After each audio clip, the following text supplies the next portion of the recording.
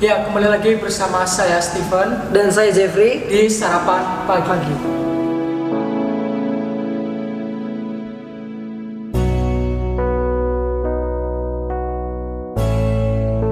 Ya, kali ini kita akan membahas tentang komunikasi verbal.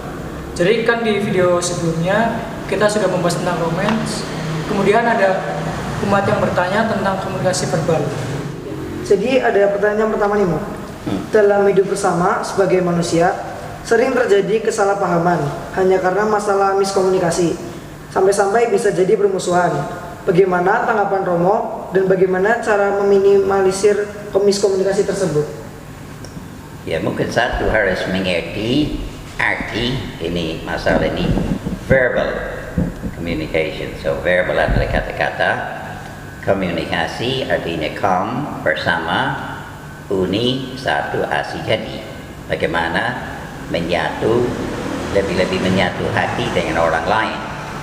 Tapi orang merasa ini gampang, padahal ini masalah yang agak rumit dan juga memerlukan memperdalam, mempelajari supaya kita belajar bagaimana bisa komunikasi yang menghasilkan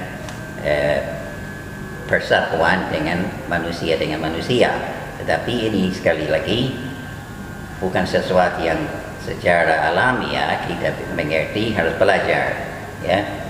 Dan ini yang sulit, dan belajar dengan berusaha mengenal diri. So saya ada seperti di buku ini komunikasi verbal, pilih salah satu yang lebih Anda anggap cocok. So apakah orang menilai Anda orang banyak ngomong, atau Anda pendiam, atau Anda lucu, atau Anda suka membicarakan diri sendiri, atau pandai konversasi, atau pendengar yang baik, atau suka mengungkapkan isi hati dan mau berkomunikasi secara memuaskan dengan orang lain. So kita harus fokus. Ini sering ada istilah refleksi. Selama kita tidak merefleksikan pengalaman kita tidak akan berkembang. So justru seperti tadi, gagal komunikasi, orang harus merefleksikan itu. Kenapa saya gagal? Nah, kita condong menyalahkan pihak yang kedua. Lalu selama condong menyalahkan pihak yang kedua, tidak akan berkembang. Harus mengapa saya gagal komunikasi? Terjadi apa? Ya seperti tadi, apakah saya terlalu ngomong tentang diri saya sendiri, yang pihak yang lain sudah bosan lalu menjauhi, ya? Atau apakah saya kurang mendengarkan yang pihak yang kedua? Tapi selalu harus setiap kejadian harus merefleksikannya supaya menemukan kenapa gagal, dan saya harus belajar berkomunikasi yang lebih baik, ya. Karena juga kalau kita tertutup juga, kita tidak mungkin menyatu dengan orang lain. Tapi kita tertutup karena rendah diri. So kita harus mengerti rendah diri, kurang atau pede, percaya diri, ya. Lalu ini kita harus merefleksikan supaya mengenal diri. Perkembangan pribadi mulai dengan pengenalan diri, ya. Kalau di dalam biara memang kita dari permulaan dibimbing untuk lebih mengenal diri sendiri dengan kelebihan dengan kekurangan, ya. Dan ini untuk membantu supaya bisa berkomunikasi, menyatu hati dengan orang lain, ya. So tapi jangan lihat kegagalan sebagai sesuatu yang negatif. Di bahasa Inggris ada istilah orang yang tidak pernah bersalah, tidak pernah apapun, ya. Atau the person who never made a mistake, never made anything, ya. So kita justru belajar dari kegagalan. Kegagalan adalah cambuk supaya kita berusaha lebih baik lagi, ya. Belajar dari pengalaman, belajar berkomunikasi. Kenapa?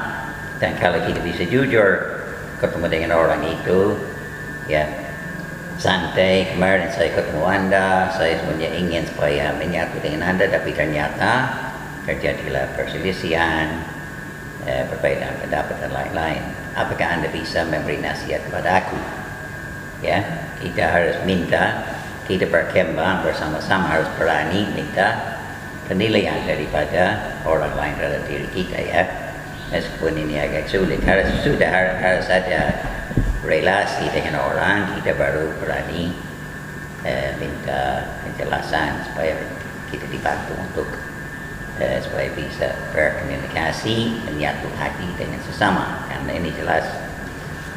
Tapi seperti penjelasan tadi, kita dengan Putri ya, kita mulai menafsirkan mau jadi teman ya, lalu mungkin mau jadi sesudah jadi pacar, sesudah jadi pacar jadi kekasih, sesudah jadi kekasih jadi pertunangan, sesudah jadi tunangan jadi suami istri. Ini proses, tapi dalam proses itu tidak tentu berkembang dari teman menjadi pacar, tidak tentu pacar jadi kekasih, tidak tentu kekasih jadi tunangan, dan sebaliknya ya.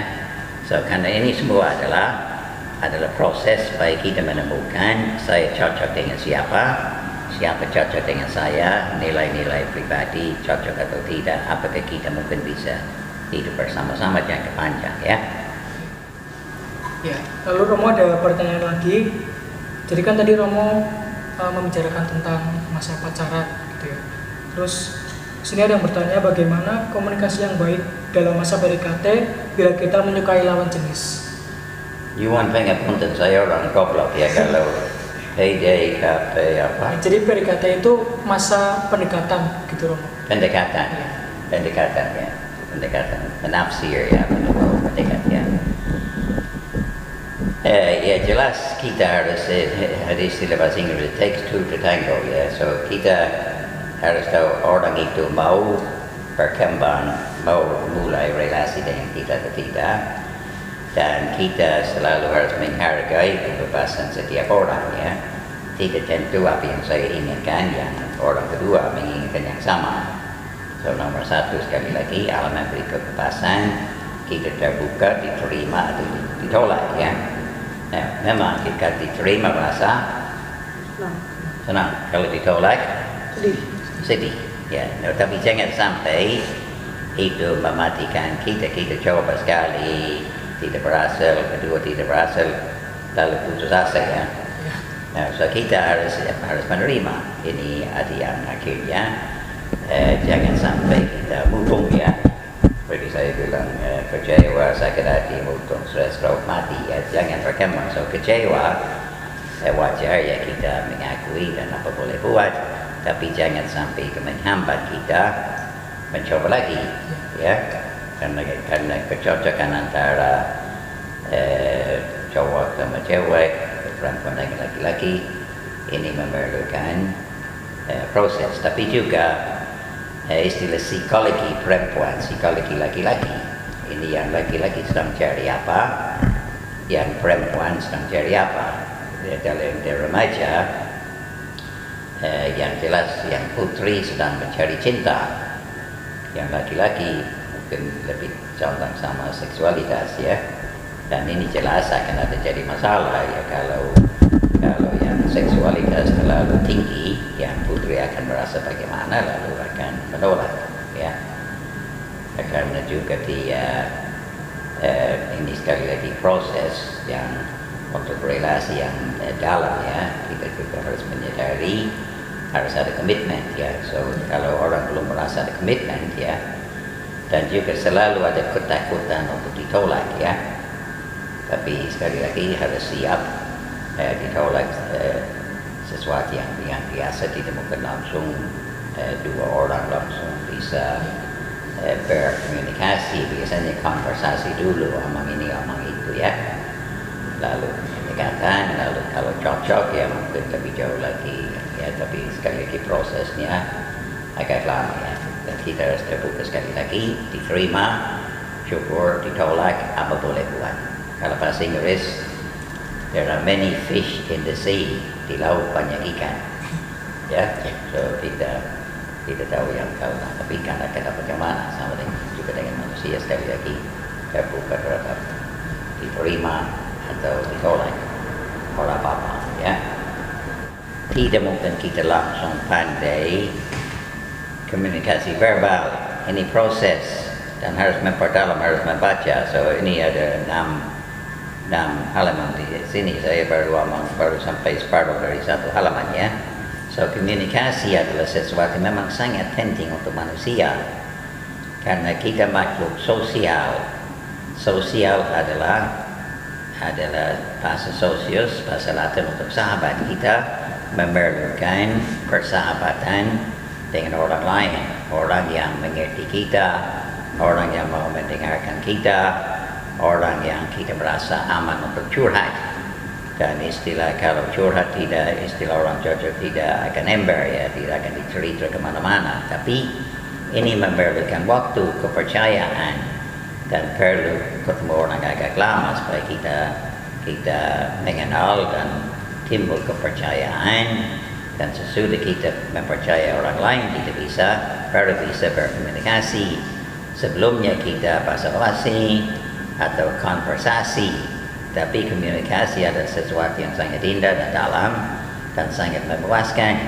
Tapi hanya bisa didapat dengan mempelajari caranya bagaimana, dan coba berhasil gagal, tapi akhirnya Allah ingin supaya kita bisa mengkomunikasikan diri kepada orang lain. Dan coba memikirkan, Anda pernah ada pembicaraan yang Anda merasa sangat menyenangkan? Pasti kalau Anda merenungkan pembicaraan itu, ada apa yang terjadi? Komunikasi. Anda bisa memperkenalkan diri Anda sebenarnya kepada orang lain, atau orang lain bisa memperkenalkan diri kepada Anda. Komunikasi sesuatu yang sangat indah, yang sangat memuaskan, dan sangat penting untuk kesehatan kejiwaan manusia. Selama kita tidak berkomunikasi, ada kehampaan, kekosongan. Justru yang jatuh cinta terjadi saat cewek ketemu mulai aman, cocok, lalu karena bisa merasa sangat dimengerti. Itulah namanya jatuh cinta, ya. Jatuh cinta adalah tanda komunikasi yang menyenangkan, tapi tidak sempurna. Ini baru sekali lagi, kalau jatuh gampang, untuk mengembangkan cinta yang sejati perlu perkembangan lebih lanjut. Ya, terima kasih. Ya, jadi teman-teman, jika kita kecewa akan cinta kita bertepuk sebelah tangan, kita harus banyak refleksi, menghargai kebebasan, jangan lari ke hal-hal yang negatif seperti hidupnya kacau, mabok-mabokan, atau bunuh diri. Kita harus bisa berproses, menghargai kebebasan manusia dalam memilih pilihan hidup. Dan kita bisa belajar supaya kita bisa lebih mengerti dalam hal komunikasi. Karena setiap orang memiliki pasangannya sendiri. Jadi jangan putus asa, teruslah bangkit, karena jodoh nggak akan kemana. Ya, itulah pembicaraan kita tentang komunikasi verbal bersama Romo Carolus. Terima kasih Romo atas waktunya. Dan bagi teman-teman yang mau cerita atau mau bertanya-tanya kepada Romo Carolus, bisa hubungi nomor di bawah ini. Terima kasih untuk Bapak, Ibu, dan saudara-saudara sekalian yang telah subscribe channel kami dan like video kami. Untuk selanjutnya, kita akan sharing lagi bersama Romo Carolus di video selanjutnya. Dadah. Dadah. Jangan lupa terus nonton Sarapan Pagi agar kualitas hidupmu sehat bergizi.